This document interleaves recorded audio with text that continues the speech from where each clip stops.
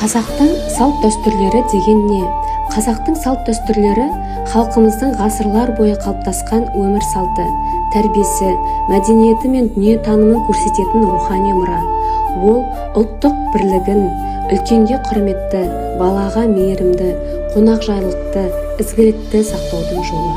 Салт дәстүрлердің негізгі топтары: туғанға қатысты дәстүрлер, үйлену мен отбасы дәстүрлері, қонақ күту дәстүрлері, еңбек пен көмек дәстүрлері, рухани, әлеуметтік дәстүрлер болып бөлінеді. Қазақтың салт дәстүрлері ұлттың жүрегі, ұрпақтан ұрпаққа жалғасып келе жатқан тәрбие мектебі. Әрбір дәстүрдің астарында терең мағына, ізгі ниет тұрады.